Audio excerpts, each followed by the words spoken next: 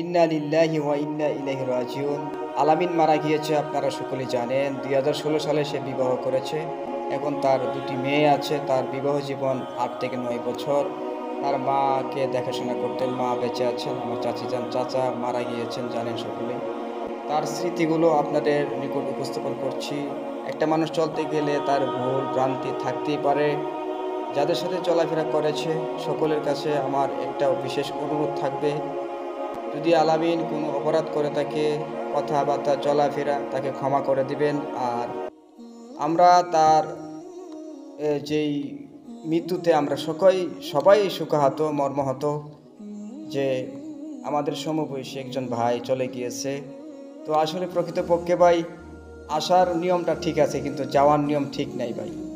বাবার আগে ছেলে, ছেলের আগে বাবা, এই হচ্ছে দুনিয়া। ছোটোর আগে বড়, বড়োর আগে ছোট, এই হচ্ছে দুনিয়ার নিয়ম। তাই বলবো, আলামিনকে সবাই ক্ষমা করে দিবেন। যদি কাউকে কোনো রকমের কষ্ট দিয়ে থাকে, তার পক্ষ হয়ে আমি তার পরিবারের পক্ষ হয়ে ক্ষমা চাইছি, তাকে ক্ষমা করে দিবেন। কারণ একটা মানুষ চলতে গেলে তার সমস্যা হতেই পারে, তার চলাফেরার মধ্যে ভুল ভ্রান্তি থাকতে পারে। আর মরে গেলে মানুষকে ক্ষমা করে দেওয়া, এটি হচ্ছে উত্তম প্রধান কাজ। আমার আল্লাহ ভালোবাসেন ক্ষমা করতে।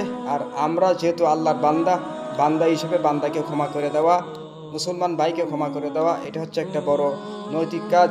যারা যেমন আমার আল্লাহ তার সাথে তেমনই ব্যবহার করবেন। অনেকের সাথে তার স্মৃতি আছে, আমি আপনাদের নিকট উপস্থাপন করেছি, দেখতেছেন তার স্মৃতিগুলো।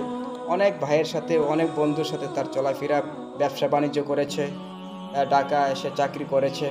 তো চলাফেরার ক্ষেত্রে যারা দেখছেন এই ভিডিওটি, আপনারা অনেকেই দেখে তাকে চিনতে পারছেন, এবং কাদের সাথে তাদের চলাফেরা অবশ্যই আপনারা দেখতে পাচ্ছেন। আমি চাচাতো ভাই হিসেবে তার নিকট, তার পক্ষ থেকে ক্ষমা চেয়েছি। আমরা দোয়া করব তার যেন আল্লাহ তাআলা জান্নাত নসিব করেন। আর তার বাবা নেই, আমাদের আত্মীয় স্বজন যারা অন্ধকার কবরে আছে, আল্লাহ যেন সকলকে ক্ষমা করেন।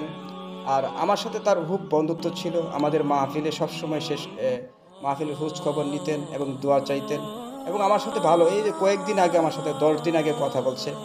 তো যাক, তার ছেলে সন্তানকে যেন আল্লাহ তাআলা সুখে শান্তিতে রেখে, তার পরিবারটা যেন সুখে শান্তিতে রেখে। সবাই একে অপরের প্রতি সাহায্য সহযোগিতা করবেন। তার পরিবারটাকে সকলকে দেখাশোনা করার জন্য অনুরোধ করব। আর আমরা তার জন্য হাস করে দোয়া করব, আল্লাহ যেন তাকে জান্নাত নসিব করেন। দেখেন 8-9 বছরের মধ্যে তার জীবনটা কি হয়ে গিয়েছে ভাই। জীবনটা এখন লাশ হয়ে চলে আসছে। 8-9 বছর আগে বিয়ে করছে, এখন লাশ হয়ে চলে আসছে। এই অবস্থা ভাই আমাদের। একদিন আমরা দুনিয়া থেকে বিদায় নেব। বিদায়ের শেষ মুহূর্তে আপনাদের কাছে আমার শেষ আবেদন থাকবে, তাকে ক্ষমা করে দিবেন। আসসালামু আলাইকুম ওয়া রাহমাতুল্লাহি ওয়া বারাকাতুহু।